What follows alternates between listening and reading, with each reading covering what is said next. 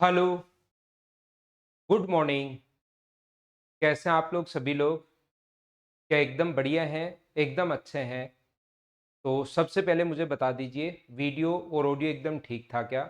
Online class में कभी-कभार मतलब क्लास चलती है ही नहीं, पता नहीं क्यों नहीं चलती, तो इसलिए 10 मिनट लेट हो गया। वैसे तो मैं टाइम पर ही आ जाता हूँ स्टूडियो में, लेकिन क्लास नहीं चल रही थी, नहीं चल रही थी, नहीं चल रही थी। अब उम्मीद है कि आपकी तरफ क्लास जो है वो लाइव हो चुकी होगी। वीडियो और ऑडियो बिल्कुल ठीक है क्या? ये बात मुझे बताइए, फिर आज की क्लास की हम लोग शुरुआत करते हैं। Good morning, good morning, good morning.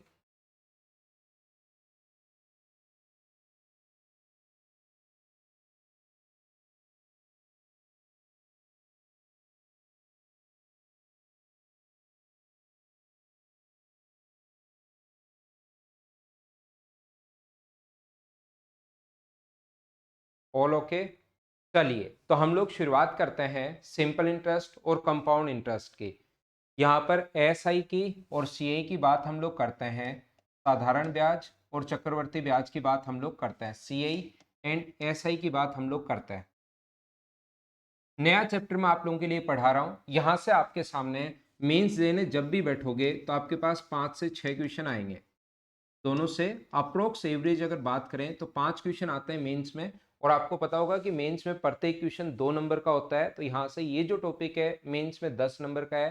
Pre में कभी एक क्वेश्चन आ जाता है, कभी दो क्वेश्चन आ जाता है। नॉर्मली एक या दो क्वेश्चन आप लोगों को देखने को मिलेंगे इस चैप्टर से, अगर प्री की आप लोग बात करते हो तो यहाँ से आज हमारी पहली क्लास है साधारण ब्याज और चक्रवर्ती ब्याज की, अपनी पहली क्लास है। यहां पर देखना, दो टाइप के इंटरेस्ट अपने पास होते हैं। एक तो सिंपल इंटरेस्ट होगा और एक अपने पास कंपाउंड इंटरेस्ट होगा। साधारण ब्याज और चक्रवर्ती ब्याज, सिंपल इंटरेस्ट यानी साधारण ब्याज और कंपाउंड इंटरेस्ट यानी चक्रवर्ती ब्याज। यहां से साधारण ब्याज और चक्रवर्ती ब्याज में अगर मैं आपसे पूछूं कि इन दोनों में डिफरेंस क्या है, अगर मैं आपसे बात करता हूं कि इन दोनों में डिफरेंस क्या है, तो एसआई की अगर बात करें तो पहले साल अगर एसआई 1000 रुपए मिला है, पहले साल साधारण ब्याज अगर 1000 है, तो दूसरे साल भी जो साधारण ब्याज होगा वो 1000 होगा। तीसरे साल भी जो साधारण ब्याज होगा वो 1000 होगा। चौथे साल भी जो साधारण ब्याज होगा 1000 होगा। क्योंकि वो ओनली और ओनली मूलधन पर लगता रहता है, प्रिंसिपल पर लगता रहता है। ये बात आप लोग ध्यान रखना।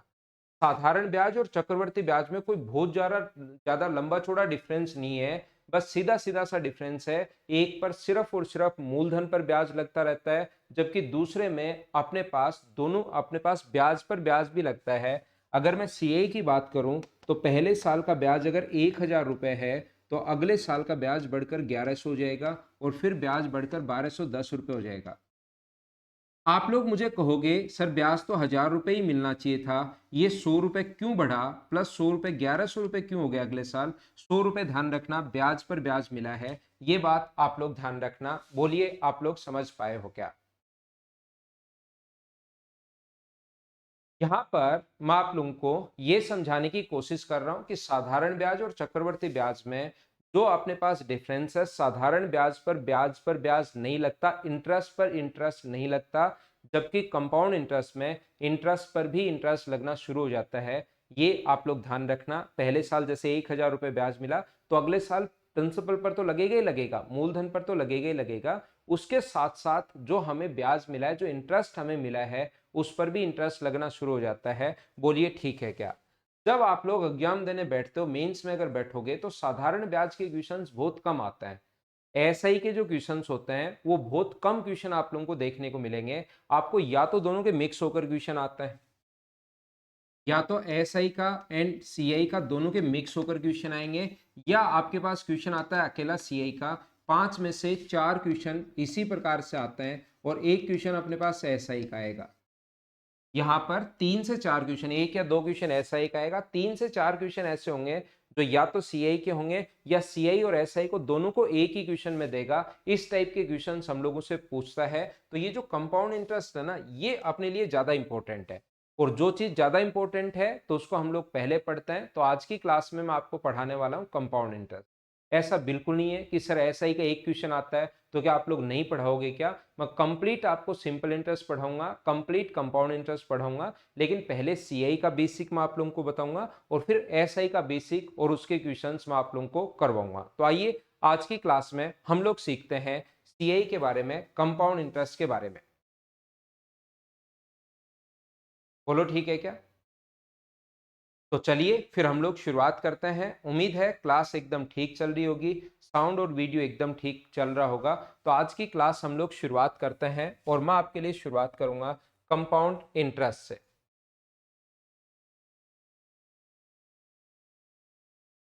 सीआई की अगर मैं बात करूं, कंपाउंड इंटरेस्ट की अगर मैं बात करूं, इधर ध्यान देना सभी लोग। सीआई में अपने पास ये जो है सीआई का जो फॉर्मूला होगा P इंटू अपने पास 1+R/100 की पावर T माइनस P, ये अपने पास सीआई का फॉर्मूला होता है। P यहाँ पर प्रिंसिपल है, मूलधन है, T यहाँ पर टाइम है और R यहाँ पर रेट है, दर है। यहाँ पर P मूलधन है, R समय या दर है, R अपने पास R अपने पास दर है और T अपने पास टाइम है, माइनस P, P प्रिंसिपल यहाँ पर मूलधन है। मान लो किसी भी व्यक्ति को, मैं आपसे ये पूछना चाह रहा हूं, मुझे आप लोग एक बात बताइए, किसी भी व्यक्ति को अगर आपने 5,000 रुपए उधार दिया, 5,000 रुपीज अगर किसी को उधार देते हो तो ये तो प्रिंसिपल है, और वो वापस 2 साल बाद, 3 साल बाद, 4 साल बाद या 5 साल बाद वापस अगर दे तो ये चीज होती है अमाउंट।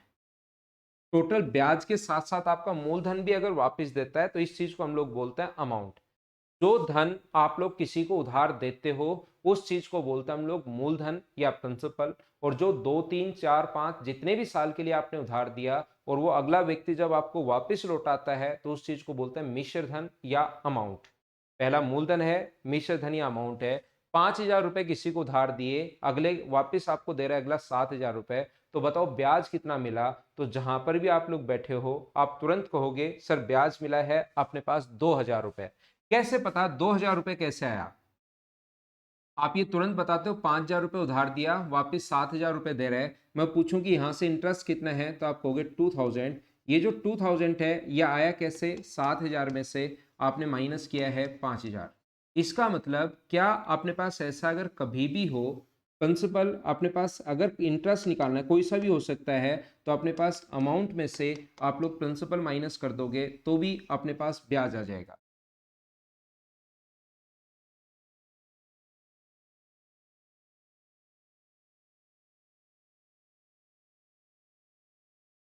यहाँ पर आपने पास मुझे बताइए सीआई का जो फॉर्मूला हुआ, क्या अपने पास यहाँ पर ऐसा भी लिख सकते हैं क्या कि सीआई का फॉर्मूला ये अमाउंट में से माइनस कर दो प्रिंसिपल तो भी आता है? जो इंटरेस्ट होता है सीआई में से आप लोग प्रिंसिपल माइनस कर दो तो भी अपने पास आता है। तो हम लोग क्या करेंगे, सीआई सीआई माइनस पी, तो बताओ अमाउंट का फॉर्मूला क्या बन गया? दोनों को कंपेयर करें, इसको और इसको अगर कंपेयर करें तो अमाउंट का जो फॉर्मूला है वो क्या अपने पास P इंटू 1+R/100 की पावर T बन गया। बोलिए एकदम ठीक है क्या? तो आपके सामने ये भी काम आ सकता है, आगे जैसे जैसे बढ़ेंगे ये भी काम आ सकता है कि सीआई का फॉर्मूला क्या होगा और अमाउंट का फॉर्मूला क्या होगा। इस चीज को आप लोग याद कर लीजिए। बोलो ठीक है क्या? यहां तक आप लोग बताइए क्या सभी लोग अच्छे से ढंग से समझ पाए हो क्या? उसके बाद मैं आगे बढ़ता हूं। सिर्फ और सिर्फ कुछ भी अभी समझाया है ही नहीं मैंने। मैंने अभी तक कुछ भी समझाया नहीं है। जो भी अपने पास फॉर्मूले हैं 10th की क्लास में उन्हीं को दोनों को बोर्ड पर लिख दिया है और सीआई का और अमाउंट का फॉर्मूला आप लोगों को याद रखना है।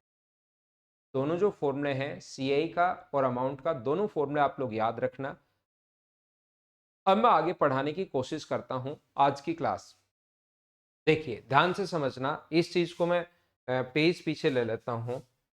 यहां पर ऐसा अगर कभी भी अपने पास हो, ध्यान देना सभी लोग, मैं क्या समझाने की कोशिश कर रहा हूं। मैं आप लोगों को इस टाइम ये बता रहा हूं कि अपने पास कोई भी जो क्वेश्चन है इसका सीआई का फॉर्मूला मैं लिखवा चुका हूं। सीआई का फॉर्मूला अपने पास होता है P इंटू 1+R अपॉन 100 की power T minus P. CI यहाँ पर चक्रवर्ती ब्याज कंपाउंड इंटरेस्ट है, P मूलधन है, T टाइम यानी समय है और R यहाँ पर रेट यानी कि दर है। किसी भी व्यक्ति को मान लो आप उधार देते हो 5,000 रुपए या 10,000 रुपए, किसी भी व्यक्ति को उधार दिया 10,000 रुपए, कौन सी रेट पर? 10% की रेट पर, और आपने उधार दिया उसको 2 ईयर्स के लिए। तो आप लोग बताओ सीआई क्या होगा, चक्रवर्ती ब्याज क्या होगा? हमारा क्वेश्चन ये है, चलो आप लोग सोल्व करने की कोशिश करो।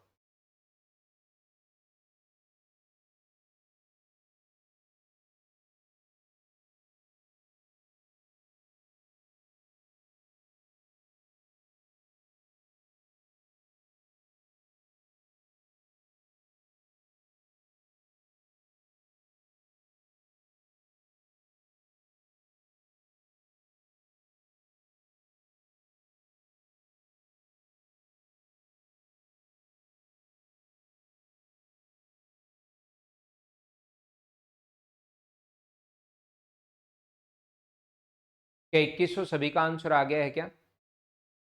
110 आंसर कैसे हनुमान जाट आपका? 110 तो आंसर कैसे होगा? हम लोग क्या कर रहे हैं, सीआई फाइंड आउट करना है। तो P यहां पर 10,000 है, P की वैल्यू 10,000 रुपए है, इंटू 1 + R, 1 + R, रेट यहाँ पर 10 है, अपॉन 100 की पावर 2 टाइम 2 ईयर्स है, और वापस माइनस कर देंगे हम लोग 10,000। तो ये अपने पास हुआ 10,000, इंटू 100 में 10 ऐड करोगे तो 110/100, गुना 110/100, और वापस माइनस करते हैं हम लोग 10,000। 4 जीरो से अपने पास 4 जीरो यहाँ से कट जाएंगी, ये 4 जीरो से 4 जीरो कट गया, 11 का स्क्वायर 121, डबल जीरो तो है ही, उसमें से 10,000 अगर आप लोग माइनस कर देते हो तो आंसर आ जाएगा 2100। मैंने कुछ भी नया नहीं किया, कोई मैंने ऐसा नियम नहीं लगाया, कोई ऐसा दिमाग नहीं लगाया, बस मैं आपको थोड़ा सा बेसिक एक बार सिखाना चाहता हूँ। बाकी क्वेश्चन करने के क्या क्या तरीके होंगे वो सारे के सारे मैं आपको समझाने की कोशिश करूंगा। याद रखना, कंपाउंड इंटरेस्ट का कोई भी क्वेश्चन करने के 5 तरीके होते हैं। अगर आपको चक्रवर्ती ब्याज अगर निकालना है, कहीं भी पढ़ना, कहीं भी आप लोग देखना, कितने भी वीडियो या कहीं पर भी आप लोग पढ़ोगे, इस धरती पर, इस सूरज के नीचे, इस ब्रह्मांड में कंपाउंड इंटरेस्ट निकालने के सिर्फ और सिर्फ 5 तरीके होते हैं, और वो 5 के 5 आने चाहिए। पहले क्या होता था, 2015 और 16 तक की अगर मैं बात करूं, तो आपको सीआई का एक या दो तरीके आते थे, एक बेसिक और दूसरा और तरीका आता था, उससे क्वेश्चन आप लोग फटाफट कर पाते थे और आराम से क्वेश्चन कर लेते थे। लेकिन अब क्या होता है कि क्वेश्चन पर्टिकुलर तरीके से बहुत ज्यादा फास्ट होता है। तो आपको जितने भी तरीके मैं आपको सिखाने की कोशिश करूं, वो सारे के सारे लोग अच्छे से, ढंग से, बढ़िया से सीखने की कोशिश करना, प्रत्येक बच्चा। उससे पहले चलो एक क्वेश्चन आप लोग और करो, आज सिखाने की शुरुआत करूं उससे पहले आपको एक क्वेश्चन और करना चाहिए। यहां पर क्वेश्चन नंबर 2, अपने पास प्रिंसिपल है 21,600, रेट है 16 and 2/3%, और टाइम है अपने पास 3 ईयर्स। चलो सीआई आप लोग निकालो, कंपाउंड इंटरेस्ट आप लोग निकालिए, चलिए सोल्व करने की कोशिश करो।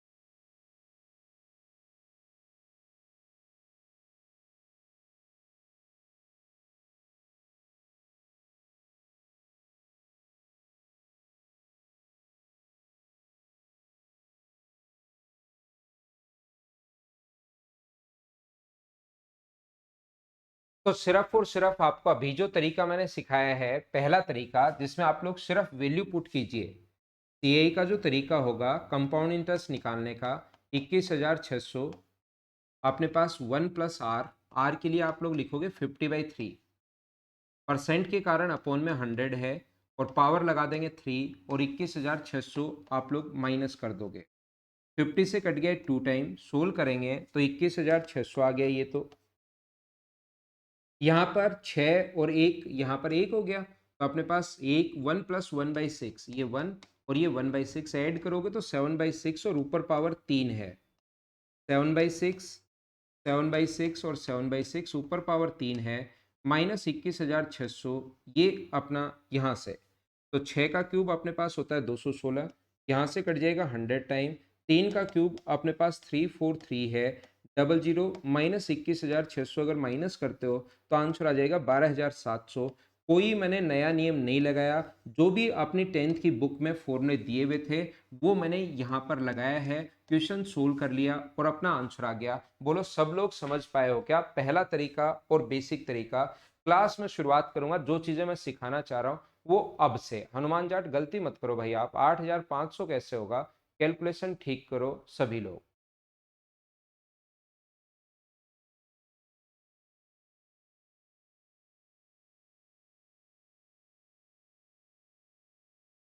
तो यहाँ पर मैं आपको सिखाता हूं, अब यहाँ पर ध्यान देना, या तो क्वेश्चन आपके पास आएगा 2 इयर्स का या क्वेश्चन सीए का आएगा 3 इयर्स का। क्वेश्चन 4 इयर्स का बहुत ज्यादा लेंदी हो जाता है, 5 इयर्स का और ज्यादा लेंदी हो जाता है। तो नॉर्मली जो क्वेश्चन आता है वो या तो 2 साल का आता है या 3 साल का आता है, 1.5 का भी आ सकता है, 2.5 का भी आ सकता है, 1 साल 10 दिन का भी आ सकता है, 1 साल 73 दिन का भी आ सकता है, 1 साल 20 दिन का भी आ सकता है। कंपाउंड इंटरेस्ट के जो क्वेश्चंस हैं वो अपने पास 2 साल का, 3 साल का, 2.5 का, 3.5 का, 2 साल 73 दिन, 2 साल 100 दिन, 1 साल 20 दिन, ऐसे क्वेश्चंस आ सकते हैं। 4 और 5 साल का जो क्वेश्चन है वो थोड़ा सा लेंदी होता है, तो ये बात आप लोग ध्यान रखना, एक नंबर याद रखना 2 इयर्स के लिए।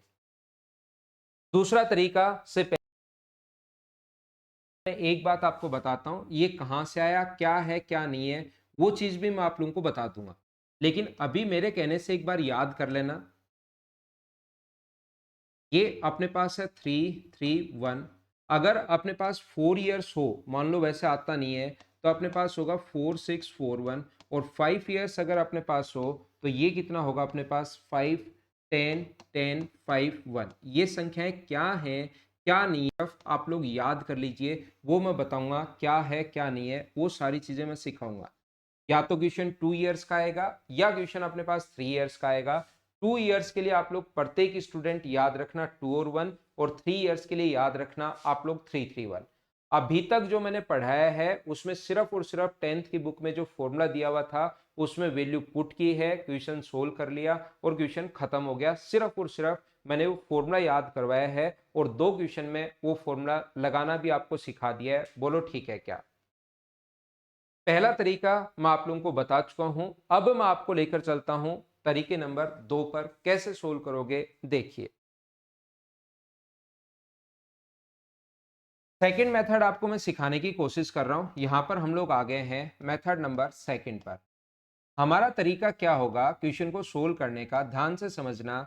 ये अपने पास 2 इयर्स के लिए, पहले 2 इयर्स के लिए मैं पढ़ाऊंगा और 2 इयर्स फिर 3 इयर्स पढ़ाऊंगा। 2 इयर्स के लिए मैं आपको याद करवा चुका हूं कि अपने पास एक नंबर होता है कितना, 2 और 1। 2 इयर्स के लिए हमेशा एक नंबर होगा 2 और 1, याद रखना। और 3 इयर्स के लिए क्या क्या होगा, 3 3 1। 2 इयर्स के लिए 2 1, 3 इयर्स के लिए 3 3 1। एक बार याद कर लो ये नंबर कहां से आता है वो भी मैं बता दूंगा। 6 का कैसे निकालना हो कैसे निकालेंगे, 7 साल का वैसे क्वेश्चन नहीं आएगा, लेकिन अगर निकालना हो तो कैसे हम लोग फाइंड आउट करेंगे वो सारा मैं आप लोगों को सिखाता हूं। यहां पर क्वेश्चन नंबर पहला सेकंड तरीके में, सेकंड मेथड में आपको बता रहा हूं। मान लीजिए प्रिंसिपल अपने पास 10,000 है, टाइम अपने पास है, रेट अपने पास 10% है, और टाइम तो मैं आपको 2 इयर्स के लिए पढ़ा रहा हूं। टाइम मैं आपको पढ़ा रहा हूं 2 इयर्स के लिए, और पूछा कि सीए क्या होगा, कंपाउंड इंटरेस्ट आप लोग फाइंड आउट कीजिए। ऐसा क्वेश्चन अगर कहीं पर अपने पास आता है तो इस टाइप के क्वेश्चन को सोल्व करने का तरीका क्या होगा, हम लोग क्या करते हैं, सबसे पहले तो फॉर्मूले वाला तरीका मैं सिखा चुका हूं। दूसरा तरीका अपने पास क्या है कि इसका 10% आप लोग निकालो। 10,000 का 10% आप लोग निकालिए तो 10,000 का 10% निकालना आसान है, एक जीरो हट जाएगा। इसका मतलब होता है 1/10। तो क्या मुझे बताओ क्या 1000 आ गया क्या?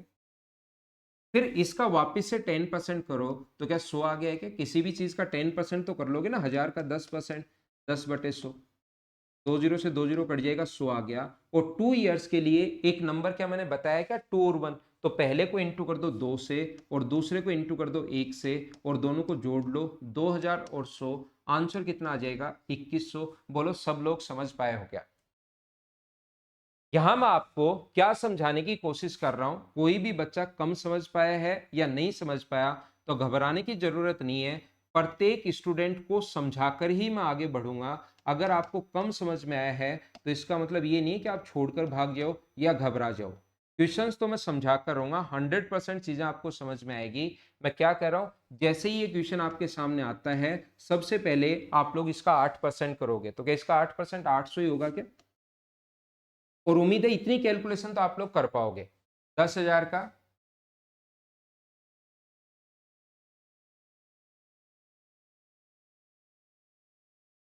10,000 का 8% आप निकाल सकते हो। यहां पर 20 से 20 अपने पास 800। यहां पर देखिए जो आया है इसका 8% करना है, तो कुछ बच्चे गलती से क्या लिख लेते हैं, यहां पर 80 लिख लेंगे क्योंकि पिछले क्वेश्चन में 0 हटाया था। इसका 10% नहीं, इसका 8% करोगे तो क्या 64 होगा क्या? 800 का 8% करोगे तो 64।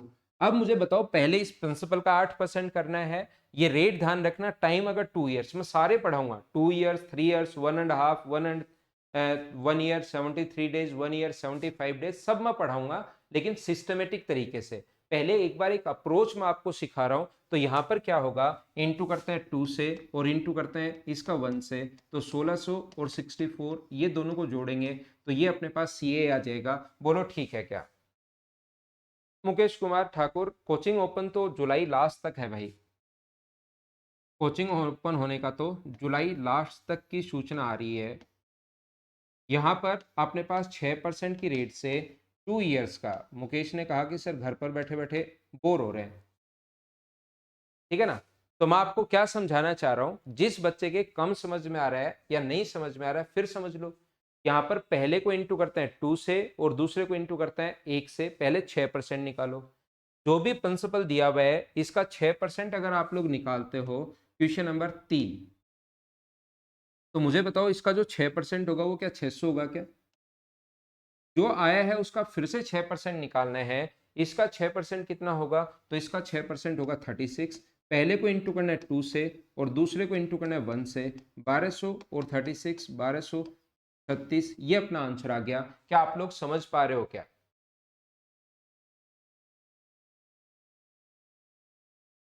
यहां पर मैं आपको फिर समझाता हूं, कोई भी बच्चा अगर नहीं समझ पा रहा है, मैं बार बार समझाना चाह रहा हूं। पहले 10,000, अगर टाइम 2 इयर्स है तो 2 बार करना है।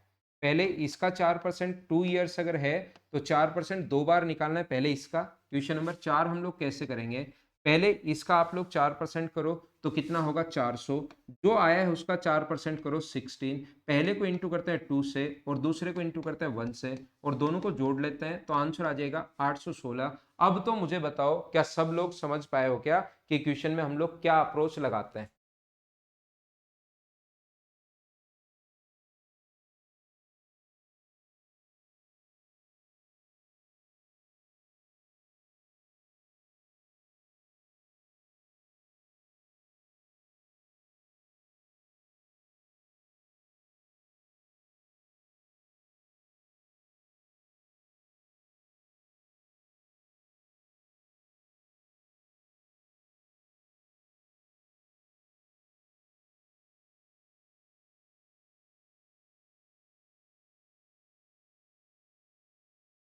देखिए, ध्यान से सुनना सभी लोग, एक बात विशेष तौर पर आप लोग ध्यान देना।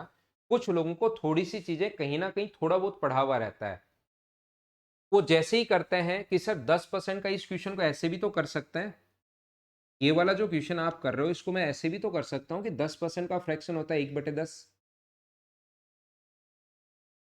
तो मैं क्या कर रहा हूँ, प्रिंसिपल में मान लेता हूँ 10, एक बढ़कर कितना हो गया 11, प्रिंसिपल 10 है, बढ़कर कितना हो गया 11, 2 बार इसलिए क्योंकि टाइम 2 साल है। तो यहाँ पर ये तो हो जाएगा 100 और ये हो जाएगा कितना 121। तो ये तो हो गया प्रिंसिपल, ये हो गया अमाउंट। तो बताओ ब्याज कितना मिला, 21 रुपए ब्याज मिला। तो यहाँ पर 10,000 रुपए प्रिंसिपल है, 10,000 के नीचे लिख देंगे 100, अमाउंट पूछा है 21 से गुना कर देंगे 2100, ये अपना आंसर आ गया। सर एक तरीका हमारा ये भी पढ़ा हुआ है। देखिए एक बात, जो भी स्टूडेंट को लगता है कि इस भी तरीके से कर सकते हैं, कुछ लोगों को ऐसा लगता रहता है क्लास में बैठे बैठे, सर ये भी तो तरीका होता है, ये भी तरीका होता है। जैसे ही बच्चा ऐसे पूछता है, मैं बोलता हूँ आपका तरीका बिल्कुल ठीक है भाई, एकदम सही है, इसमें कोई भी प्रॉब्लम नहीं है। लेकिन मैं उस स्टूडेंट के लिए लिखता हूँ फिर कि बताओ आप लोग यहाँ पर कोई भी प्रिंसिपल आ गया 6541, रेट आ गई 6% और टाइम अपने पास 3 इयर्स है। तो बताओ सीआई का क्वेश्चन आप कैसे करोगे? तो वो बोलता है सर कर लेंगे आसानी से फ्रैक्शन मेथड से। तो यहाँ पर अपने पास यहाँ पर इसका फ्रैक्शन कितना होता है 6/100, 6/100 का मतलब 3/50। तो यहाँ पर 50 था, 3 बढ़कर कितना हुआ 53, 50 था, 3 बढ़कर कितना हुआ 53, 50 था, 3 बढ़कर कितना हुआ 53। इसका क्यूब तो याद रहता है, इसका क्यूब करने में फिर से कैलकुलेशन में उसको प्रॉब्लम आनी शुरू हो जाती है और मैं बोलता हूँ चलो करो सोल्व। तो कहता है सर 53 का क्यूब याद नहीं है। देखिए आपको जो भी तरीके आते हैं, मैंने क्लास शुरुआत करने से पहले एक बात कही, ये तरीके मैं भी बताऊंगा और ये तरीका बहुत शानदार तरीका है कुछ क्वेश्चंस के लिए। कौन से क्वेश्चन के लिए सबसे शानदार तरीका है और कौन से क्वेश्चन के लिए शानदार नहीं है, वो चीजें भी मैं आप लोगों को बताने वाला हूं। लेकिन जो भी चीज आपके दिमाग में है ना, एक बार दिमाग को खाली करो। मैंने कहा इसके टोटल 5 मेथड होते हैं, वो सारे के सारे मैं समझाऊंगा, क्यों आया कहां से आया सारी बात मैं बताऊंगा। 2 और 1 एक बार याद कर लो, बाद में मैं ये 2 और 1 भी आपको समझाने वाला हूं कि आया कहां से। बोलो सब लोग समझ पाए हो क्या? दूसरा मेथड, ये चीजें मैं समझा दूंगा आपको इसमें अभी आपको घर पर बैठे बैठे, क्योंकि क्लास में तो बच्चा पूछ लेता है और क्लास में मैं भी उससे क्रॉस क्वेश्चन कर लेता हूं, जब स्टूडेंट पूछता है तो मैं भी कर लेता हूं, तो उस टाइम तो पूरी क्लास के समझ में आ जाता है। यहाँ पर ऑनलाइन पढ़ाते टाइम मुझे खुद को क्वेश्चंस बनाने पड़ते हैं कि किस टाइप से क्या है क्या नहीं है। ऐसे बोलो समझ पाए हो क्या सेकंड मेथड आप लोग? तो घबराना मत, सारे तरीके मैं बताऊंगा।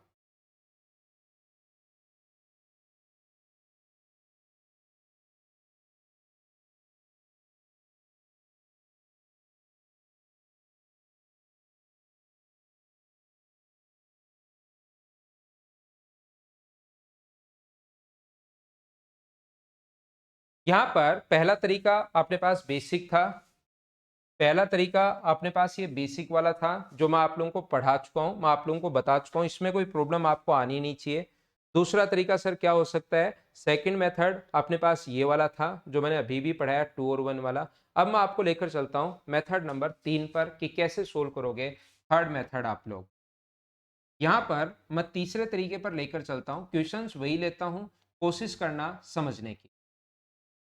यहां पर तीसरा तरीका समझने के लिए आप लोग क्या करोगे, क्वेश्चन उठाता हूं मैं, उसी से ज्यादा चीजें आपको समझ में आएगी और इसके सारे के सारे क्वेश्चंस आप लोग मतलब डायरेक्ट कर पाओगे। ध्यान रखना, प्रिंसिपल है 10,000, टाइम है अपने पास 2 इयर्स, रेट है 10% और टाइम एक बार 2 इयर्स के लिए ही मैं आप लोगों को पढ़ा रहा हूं। तो अपने पास ये सीआई क्या होगा, चक्रवर्ती ब्याज क्या होगा? तो आप लोग या तो कर रहे हैं, कुछ बच्चे तो कर रहे हैं इसको कौन से तरीके से, अपने पास उस मेथड से, शुरुआत वाले फॉर्मूले वाले से। कुछ बच्चे कर रहे हैं जिनको 2 और 1 आता है। आपके पास एक बच्चा बैठा है, उसने क्या किया, इसको सोल्व नहीं किया और इसने क्या किया, 10% जैसे ही देखा उसने इसका 21% निकाल लिया। तो 21% निकाल लिया तो आंसर कितना आ गया 2100। उसको तो पेन चलाने की भी जरूरत नहीं पड़ी, जैसे उसने देखा कि 21% और 10,000 का 21%, 2100, क्वेश्चन खत्म, आगे बढ़ गया नेक्स्ट क्वेश्चन पर। बोलो ठीक है क्या? मैं आपको क्या बताना चाह रहा हूं, जैसे अपने पास क्वेश्चन में ये समझाना चाह रहा हूं आपको, 10,000 रुपए पर 8% की रेट से, एक बार आसान क्वेश्चन ले रहा हूं फिर बड़े क्वेश्चन भी ले लूंगा। ये सीआई अपने पास, या तीसरा क्वेश्चन ये आ जाए 10,000 रुपए के लिए 6% की रेट से 2 साल का, आप लोग सीआई बताओ क्या होगा? या क्वेश्चन ऐसे आ जाए 10,000 रुपए का 4% की रेट से 2 साल का सीआई क्या होगा? ऐसा क्वेश्चन अगर आपके पास आ जाए तो उसको कैसे सोल्व करोगे? तो जैसे 3 नंबर क्वेश्चन को अगर आपको सोल्व करना है तो इसका तरीका जो होगा, 10,000 का 6% अगर आप लोग देखते हो तो 12.36% निकाल दो और 12.36% निकालना आसान होता है। तो अपने पास पॉइंट हट जाएगा और आंसर आ जाएगा 1236। बोलो ठीक है क्या? अब ऐसा मैं आप लोगों को समझाने की कोशिश कर रहा हूं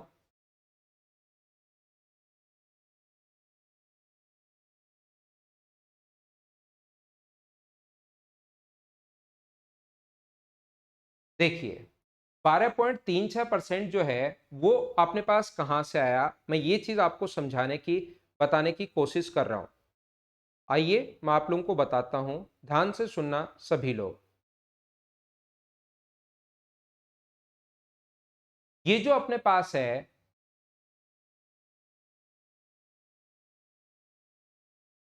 हाँ, प्रफुल्ल रुपवत ने क्वेश्चन पूछा कि सर ये 12.36% कहां से आया, ये 21 कहां से आया।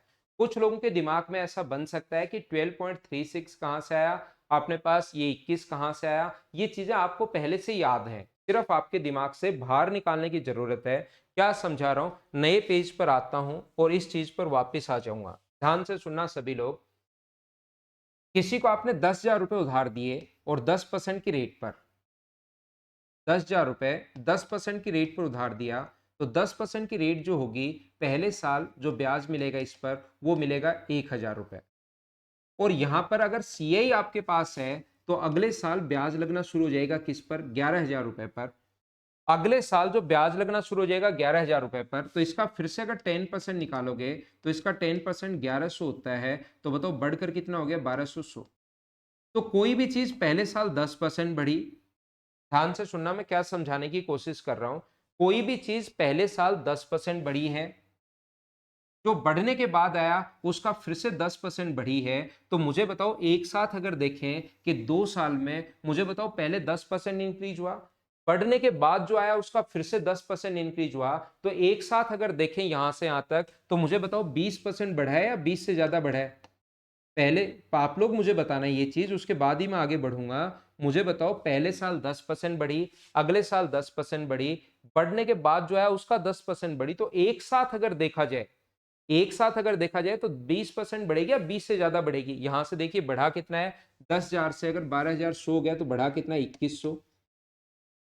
किससे इंक्रीज हुआ है, 10,000 से, और इनटू कर देंगे 100 से। तो 4 जीरो से 4 जीरो कट जाएगा। और मुझे बताइए क्या 21% इंक्रीज हुआ है, क्या सब लोग समझ पाए हो, क्या 20% इंक्रीज नहीं हुआ, 21 से 20 से ज्यादा हुआ है, जो कि कितना परसेंट हुआ है, 21%। इस चीज को बोलते हैं हम लोग इफेक्टिव रेट। 10% बढ़ा, बढ़ने के बाद जो आया उसका फिर से 10% बढ़ गया। तो टोटल 2 साल में एक साथ अगर देखा जाए तो 10%, 10% 20 नहीं बढ़ा है, अपने पास कितना परसेंट बढ़ा है, 21% बढ़ा है। और ये अगर 21% आपको निकालना है तो आपको एक फॉर्मूला याद होगा, A+B+A×B/100। बोलिए याद है क्या। इफेक्टिव रेट अगर कभी भी निकालनी है तो एक ही जगह 10 जैसे 10% की निकालनी है। ये परसेंटेज में फॉर्मूला मैंने पढ़ाया था, अगर आपको याद हो तो। ये परसेंटेज में मैंने आप लोगों को पढ़ाया था, अगर आपको याद हो तो इफेक्टिव रेट हम लोग ऐसे निकालते हैं। पहली बात तो मैंने ये सिखाया कि इफेक्टिव रेट होती क्या है। 10% बढ़ा, फिर जो बढ़कर आया उसका फिर से 10% बढ़ा। तो 2 साल में एक साथ अगर देखते हैं तो फिर वो 20% नहीं बढ़ता, वो 21% बढ़ता है। और ये टोटल जो इफेक्ट हुआ है इस चीज को बोलते हैं 2 साल की इफेक्टिव रेट। इस चीज को क्या बोलते हैं, 2 साल की इफेक्टिव रेट बोलते हैं। तो इफेक्टिव रेट क्या सर ऐसे निकालनी पड़ेगी क्या, क्या ऐसे हर बार ऐसे रखना पड़ेगा क्या। तो पूरा जो खेल है अपना, वो है अपना टाइम का। पूरा जो एग्जाम में अगर आप लोग देखोगे, पूरा जो काम है वो टाइम का है, कि टाइम हमें बचाना पड़ता है। तो ये तो एक अप्रोच हुई, एक सिखाने का तरीका हुआ कि होता क्या है वो चीज मैंने बताई। या एग्जाम में अगर करने का जो तरीका होता है वो क्या होता है, इसकी इफेक्टिव रेट अगर निकालनी है तो आप लोग एक काम करो, डबल करके स्क्वायर कर दो। किसी भी चीज की इफेक्टिव रेट आपको चाहिए, जैसे आपको लगता है कि 5% की इफेक्टिव रेट क्या होगी, तो 5 का डबल करो और फिर पॉइंट लगाकर स्क्वायर कर दो, 10.25। ये लो एग्जाम में बैठे बैठे तुरंत दिमाग में आएगा और क्वेश्चन सोल्व कर लो, अपना आंसर आ जाएगा। मैं आपको क्या बताने की कोशिश कर रहा हूं, क्या कहने की कोशिश कर रहा हूं, ध्यान से समझना सभी लोग। मैं ये बता रहा हूं, जैसे क्वेश्चन अपने पास अगर आ गया 5 नंबर क्वेश्चन, 10,000 रुपए का 5% की रेट से 2 साल का सीआई बताओ। तो आपका जो तरीका होगा क्वेश्चन को सोल्व करने का, 5 नंबर क्वेश्चन को अगर सोल्व करना है तो इसकी जो इफेक्टिव रेट होगी, ध्यान रखना 5 नंबर क्वेश्चन की, 10,000 रुपए प्रिंसिपल तो है ही। या तो पहला तरीका वो है बेसिक वाला, P × 1+R/100 की पावर T - P।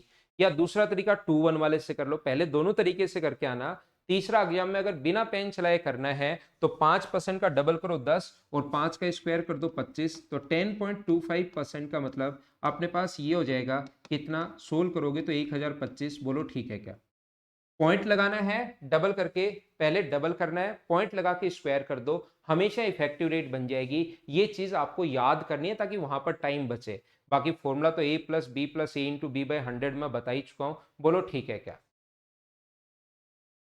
यहां पर मैं आप लोगों को क्या कहने की कोशिश कर रहा हूं या क्या समझा रहा हूं, जैसे 8% की बताओ इफेक्टिव रेट क्या होगी।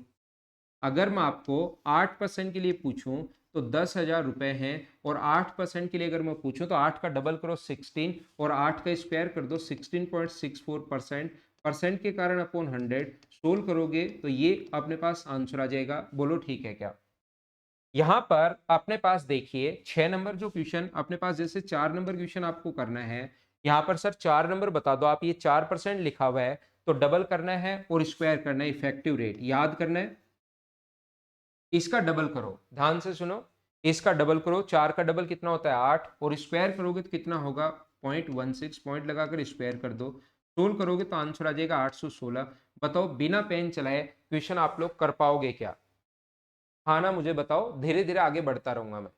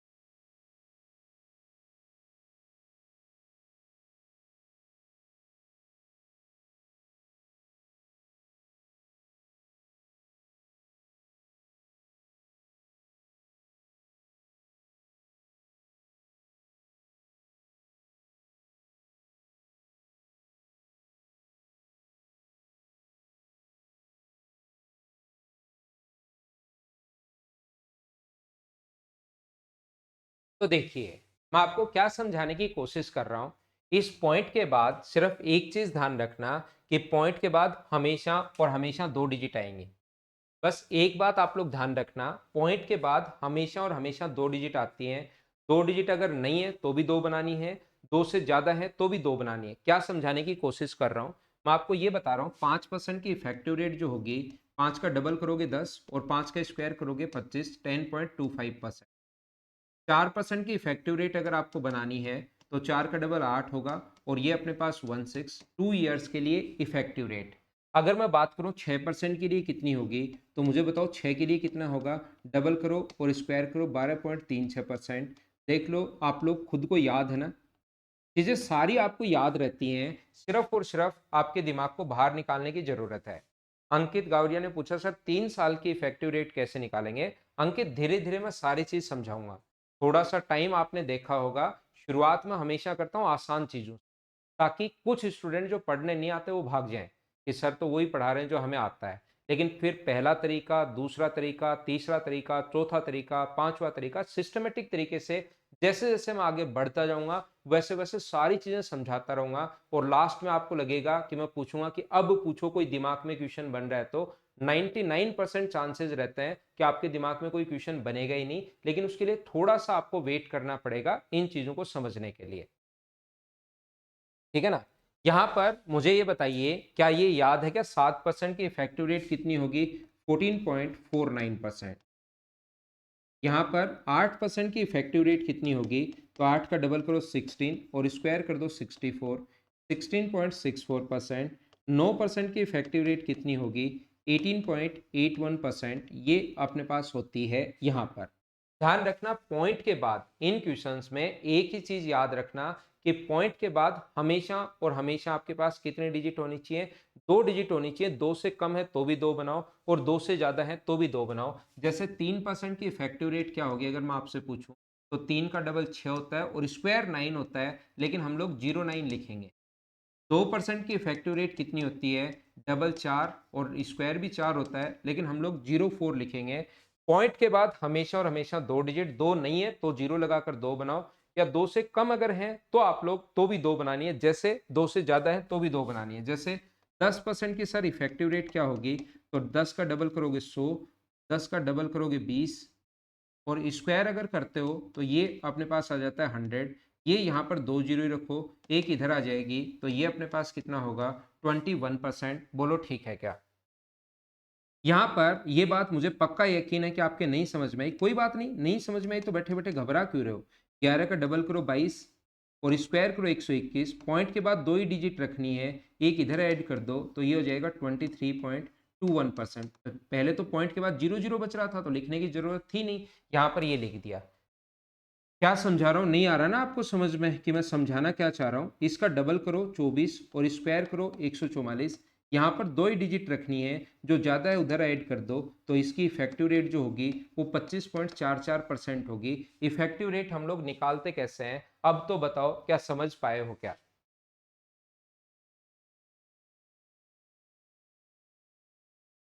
जैसे मैं आपको क्या समझाने की कोशिश कर रहा हूं, मैं आपको यह बताने की कोशिश कर रहा हूं, अगर हमारे पास इस टाइप का क्वेश्चन आ गया कभी भी 6 नंबर क्वेश्चन कि 10,000 रुपए पर 12% की रेट से 2 साल का आप लोग सीए आप लोग बताइए, तो 24 और 144 तो 25.44।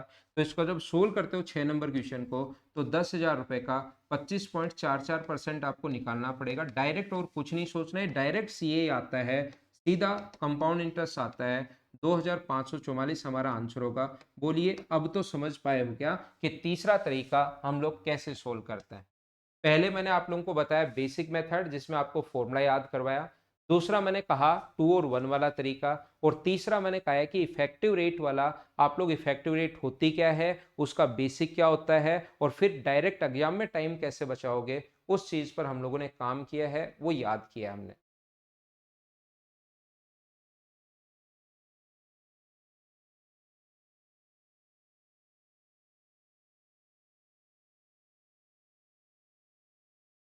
तो आगे बढ़ते हम लोग। अब देखिए फोर्थ नंबर, जो आपका कुछ बच्चे जो फ्रैक्शन से पढ़ते हैं हमेशा, ये इफेक्टिव रेट है। 4 नंबर तरीका अपने पास क्या होगा, तरीका नंबर 4। यहाँ पर देखिए सभी लोग सीखने की कोशिश करना, मैं आपको पढ़ाता हूँ। 4 नंबर तरीका अपने पास ये आएगा। अब इसमें हम लोग क्या करते हैं, किसी भी क्वेश्चन को करने के लिए हम लोग क्या करते हैं, वो फ्रैक्शन मेथड हम लोग काम में लेते हैं। ध्यान रखना, अपने पास पहला क्वेश्चन अगर मैं करवाऊं तो प्रिंसिपल है अपने पास 10,000, टाइम है अपने पास 2 ईयर्स के लिए पढ़ा रहा हूं मैं आपको, रेट है 10%। उम्मीद है परसेंटेज आप लोग पढ़ चुके होंगे मुझसे। तो ये अपने पास इसकी जो फ्रैक्शन होता है वो कितना होता है 1/10। तो प्रिंसिपल हम लोग मानते हैं नीचे वाला। प्रिंसिपल क्वेश्चन करने का तरीका क्या होता है, पी हम लोग मानते हैं नीचे वाला 10, और ये कितना है 111 हो गया, 10 से 11 हो गया, 2 बार है तो 2 बार करेंगे, ये 100 हुआ और ये 121 हुआ। चीजें सारी आनी चाहिए, जितने भी मेथड है, कुछ क्वेश्चन में ये तरीका बहुत फास्ट लगेगा, तो एक तरीका तो आना चाहिए, लेकिन इसका मतलब ये नहीं कि सिर्फ यही तरीका आना चाहिए, साथ साथ और मेथड भी आप लोगों को आने चाहिए। तो हम लोग क्या करते हैं, इस चीज को बोलते हैं प्रिंसिपल। ये अपने पास मूलधन है और ये अपने पास अमाउंट है, तो यहां से ये प्रिंसिपल ये अमाउंट। तो मुझे बताओ ब्याज कितना हुआ, तो आप कहोगे ब्याज हुआ 21 रुपए। प्रिंसिपल 10,000 है और अपने पास अपॉन में 100 इंटू 21, अपने पास आंसर कितना आ गया 2100। बस बताने का तरीका चेंज हो गया, सोचने का तरीका चेंज हो गया, बच्चों को रटवा दिया, बस इतना सा चेंज है, बाकी चीजें सब सेम ही है जो मैं आपको पहले पढ़ा कर आ रहा हूँ। देखो ये मेथड और जो बेसिक मेथड होता है ना, वो दोनों सेम होते हैं। क्या आप लोगों को बेसिक मेथड याद है क्या? इसका फ्रैक्शन जो होता है 1/10, वो इधर लिख देता हूँ। मुझे बताइए क्या आप लोगों को ये याद है क्या, इसका जो बेसिक अप्रोच थी वो क्या थी, फॉर्मूला बताओ। P इंटू 1 + R/100 की पावर T माइनस P। यहाँ पर देखिए सी आई तो अपने पास निकालना है, ठीक है। P इंटू पी, अगर यहाँ से कॉमन ले लूँ, मैं दोनों जगह से P कॉमन ले लूँ, तो क्या यही बचेगा क्या 1 + R/100 की पावर T-1, अगर P कॉमन ले लो तो। चलो वैल्यू पुट करो, सी आई पी यहाँ पर 10,000 है, इंटू 1 + R, रेट अपने पास 10 है, की पावर 2, यहाँ पर 0 से 0 कट गया -1। मैं आपको ये समझाना चाह रहा हूँ ये सिर्फ और सिर्फ हम फैकल्टी लोग करते क्या हैं कि किसी भी चीज को बताने का तरीका चेंज कर देते हैं, वो आपके लिए ट्रिक्स बन जाती है। बाकी सब कुछ बेसिक है, मैं हर बेसिक आपको सिखाता हूं ताकि आपको ट्रिक्स रटने की जरूरत नहीं पड़े। फिर दिमाग में ये नहीं कहो कि दो बार क्यों करते हैं, एक क्यों जोड़ लिया, क्या ब्याज एक है क्या, वो दिमाग में बने ही नहीं। वो यहां पर देखिए आप लोग, तो मुझे ये बताओ, ये 10 में एक जोड़ोगे, 10 गुना एक, 10 में एक जोड़ोगे, तो मुझे बताओ क्या अपने पास ये जो हुआ ऊपर क्या 11/10 आ गया है क्या? कितनी बार आया? दो बार 11/10, और माइनस कितना किया हमने? एक। तो मुझे ये बताइए, ये तो 10,000 बिल्कुल ठीक है, क्या यहां पर आप लोगों ने नीचे एलसीएम 100, नीचे एलसीएम अगर 100 ले लो तो क्या 121 माइनस 100 ही है क्या? तो यही तो आपने यहां पर किया है। वही अपने पास, ये तो मैंने यहां पर 10 लिख दिया, इसकी जगह रेट की जगह आप लोग 1/10 भी लिख सकते हो। अपने पास 10 और 11 हो गया, 11 और 11, 10 कितनी बार है? दो बार। 11 कितनी बार है? दो बार। इंटू होंगे, 10 का 10 से इंटू हुआ, 11 का 11 से इंटू हुआ। जब एलसीएम लोगे तो 121 में से 100 माइनस करना पड़ रहा है। यहां पर माइनस करके क्या सीआई आप लोग लिख रहे हो क्या कि ये सीआई है माइनस करके, और 10,000 ये नीचे 10,000, या इसको और समझने के लिए यहां पर पी पड़ा रहने दो। अगर इसको और अच्छे से समझना है तो इस चीज को पी रहने दो, इस चीज को आप लोग पी रहने दो। तो मुझे बताइए पी जो आप लोग चेक करोगे कि ऐसा क्या है, तो यहां पर आप लोग क्या लिख सकते हो? सी आई अपॉन पी, सी आई अपॉन पी बराबर क्या 21/100 लिख सकते हो क्या? तो ये तो अपने पास 100 तो प्रिंसिपल है इंटू करते ही, और 21 क्या है? चक्रवर्ती ब्याज है। ये रेशियो बन गया। तो जो अपने पास ये तरीका बताने का तरीका चेंज हो गया, तो अपने पास ये फ्रैक्शन मेथड बन गया। बोलो सब लोग समझ पाए हो क्या? हाँ, ट्रिक्स कुछ नहीं होती, बीच में स्टेप खा जाते हैं, बस वही ट्रिक्स बन जाती है। हाँ, इसके बाद प्रॉफिट एंड लॉस होगा महेश। तो प्रॉफिट एंड लॉस इसके बाद मैं करवा दूंगा। तो आप लोगों को जो ये था टाइम एंड वर्क, मैं क्लास में करवा चुका था, परसेंटेज में क्लास में करवा चुका था। अब सीआई और एसआई में पढ़ा रहा हूँ आपको। इसके बाद पी एंड एल करवा दूंगा, ठीक है, और टाइम एंड डिस्टेंस करवा ही चुका हूँ। टाइम एंड डिस्टेंस तो अपना हो ही चुका है क्लास में, अभी ऑनलाइन मैंने करवा दिया था। तो इंपॉर्टेंट जो 5 चैप्टर हैं जिसके क्वेश्चंस बहुत आते हैं प्री में, ये 5 इंपॉर्टेंट चैप्टर तो आपके हो ही जाएंगे। और उधर रिकॉर्डेड आपकी क्लास चली रही है, ट्रिग्नोमेट्री यहाँ पर मैं करवा चुका हूँ, मेंसुरेशन हो ही चुका है। तो ये चीज़ें आपका जल्दी ही कोर्स में करवा दूंगा, ठीक है ना। तो ये आपने पास कौन सा तरीका? चौथा तरीका। ये बनता कैसे है, क्या सारे लोग समझ पाए हो क्या? एक पांचवा मेथड होता है इसका, ट्री मेथड जिसको बोलते हैं हम लोग। ट्री मेथड क्यों बोलते हैं ये पता नहीं, लेकिन बस बोलते हैं पांचवा मेथड ट्री मेथड, जिसमें प्रिंसिपल है 10,000, टाइम है 2 इयर्स की बात कर रहे हैं, और रेट है 10%। तो पहले अपने पास इसका सीए अगर पूछा है तो पहले इसका 10% निकालते हैं, पहले साल का ब्याज निकालते हैं। कितने रुपए आ गया? 1,000 रुपए। अगले साल जो ब्याज लगेगा वो मूलधन पर तो लगता ही लगता है, ध्यान रखना, 1,000 तो लगेगा ही लगेगा। और इससे पहले कितनी बार ब्याज मिल चुका है? इससे पहले एक बार ब्याज मिल चुका है, तो इस पर भी 10% लगेगा, 100। इन तीनों को हम लोग ऐड कर लेते हैं तो सीए आ जाता है सभी को ऐड करने पर, जो कि आ गया 2,100 रुपए। ये आसान है। कल आते ही मैं इसी से शुरुआत करूंगा, ट्री मेथड से ही मैं शुरुआत करूंगा, और चीजें तो अपने पास 5 मेथड है। ट्री मेथड पर मैं और काम कर लूंगा। यहाँ पर आज की क्लास में 5 मेथड मैंने बताए। पहला बेसिक था, दूसरा 2 और 1 वाला था, तीसरा इफेक्टिव रेट वाला था, चौथा फ्रैक्शन वाला है, और पांचवा ट्री मेथड है। ये किसी भी क्वेश्चन को करने के, सीआई निकालने के 5 तरीके होते हैं। बोलो आप लोग समझ पाए हो क्या? उम्मीद है ये चीज़ आप लोग समझ पाए होंगे। तो अगली क्लास में कल मॉर्निंग में मिलते हैं। Okay, thank you, bye bye, take care.